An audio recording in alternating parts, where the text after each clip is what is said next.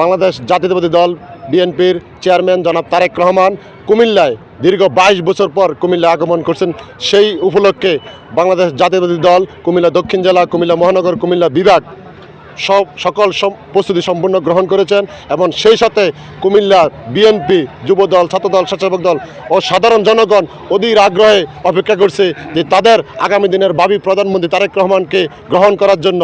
এবং সেই উপলক্ষে বাংলাদেশ জাতীয় দলের সকল অঙ্গ সংগঠনের সর্বপ্রস্তুতি এবং সাধারণ মানুষ অপেক্ষা করছে কিভাবে তারা তারেক রহমানের বক্তব্য নিবে। এই বক্তব্য নিয়ে আমাদের কুমিল্লার যে বিএনপির যে দানেশ্বরার প্রতীক নিয়ে যারা নির্বাচন করছেন তাদেরকে কিভাবে বিজয় করা যায় এবং তাদের যে বার্তা আগামী দিনে যে আমরা ক্ষমতা আসার পরে কি বার্তাগুলো দিয়ে যায় সেই বার্তাগুলো নিয়ে আমরা জনগণের কাছে যাব এবং জনগণের পালস বুঝে আমরা দানেশ্বরা ভোট চাবো।